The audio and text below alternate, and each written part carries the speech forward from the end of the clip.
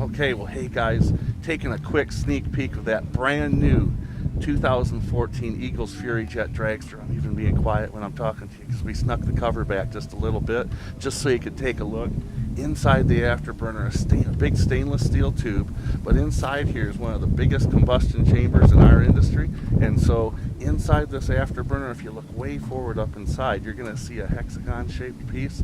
That big hexagon spider web looking deal, that's what we call a flame holder. That helps support the combustion of the afterburner. It has to be perfectly placed. The velocity of the air coming off the back of those turbine wheels way forward up in there, all those blades, those turbine blades, the velocity of that air coming off there is nearly 2,000 miles an hour. So at 1,800 to 2,000 miles an hour, that's a lot of airflow to reintroduce more fuel. If you look up inside there, just forward, if you can see it, forward of that flame holder is a ring to the outside of that pipe with 8 nozzles coming in at different angles on those nozzles. Those nozzles are equally spaced.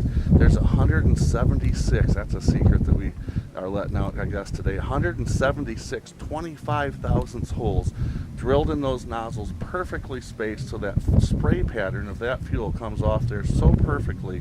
With all the heat and all the airflow that comes through here, the atomization of that fuel is perfect. When we ignite that fuel with a device that we call a hot streak nozzle, which actually takes a stream of fuel back up forward, even forward of those turbine blades, up in the combustion section of the engine, we spray a little stream of fuel back through the turbine wheels. As it comes through the combustion chambers, it lights that fuel and it bleeds fire through the turbine wheels. When that driver hits a red button that's up on the throttle that you'll see here in just a little bit, that fuel flows through that series of fuel nozzles back here. All that fuel that's flowing is going to be ignited by that hot streak nozzle, that little stream of fuel that we shoot through the turbine wheels.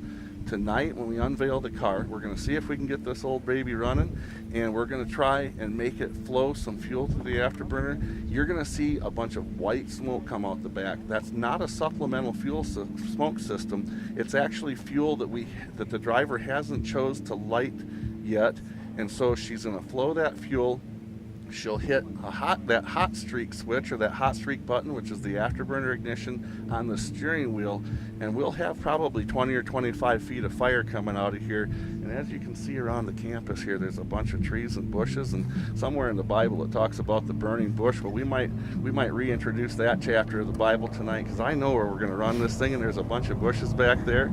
We'll see what we can do, and we'll make the groundskeepers here at Embry-Riddle do a little touch-up after we're done, probably. But very interesting device.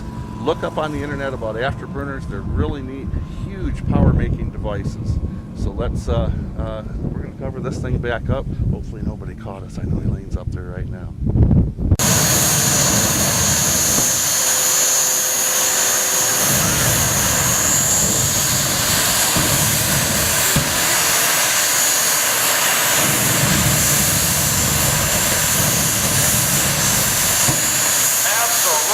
Spectacular firestorm behind Elaine Martin's jet-powered Dragster.